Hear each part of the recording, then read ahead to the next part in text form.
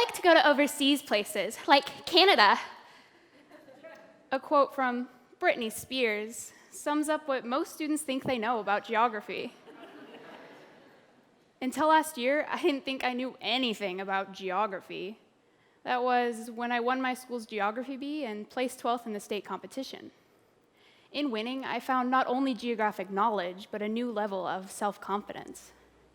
Discovering my newfound love and talent for geography made me realize that students know more than they think they do about geography, although often don't try in the fear that they would be wrong. I wanted to find out more about how the average 8th grade student would respond when asked to label the countries on a map and couldn't opt out. With the help of my mentor, I designed an experiment. I created a survey. Each student was given a map of a continent and asked to label the countries there. I then compiled it into this map. I took the most common answer for each country and labeled it there. If the country was correct, I colored that country green. Incorrect, red. And if there was no common answer, I took that country off the map. The size of the font and the darkness of the color represent the percentage of students that answered with that response. So, as individuals, students did not know most of the countries. Although as a group, they could label almost every one correctly. More importantly, my results show the areas in which students felt confident about guessing and the areas in which they're unsure.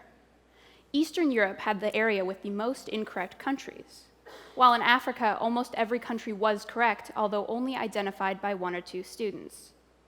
In Eastern Europe, students felt comfortable with the area and thus were confident enough to guess, while in Africa, students felt they had no clue and didn't try, leaving it to students that were 100% sure to answer at all. I believe that schools and society have such a huge focus on geographic literacy that they should focus more on a student's geographic confidence.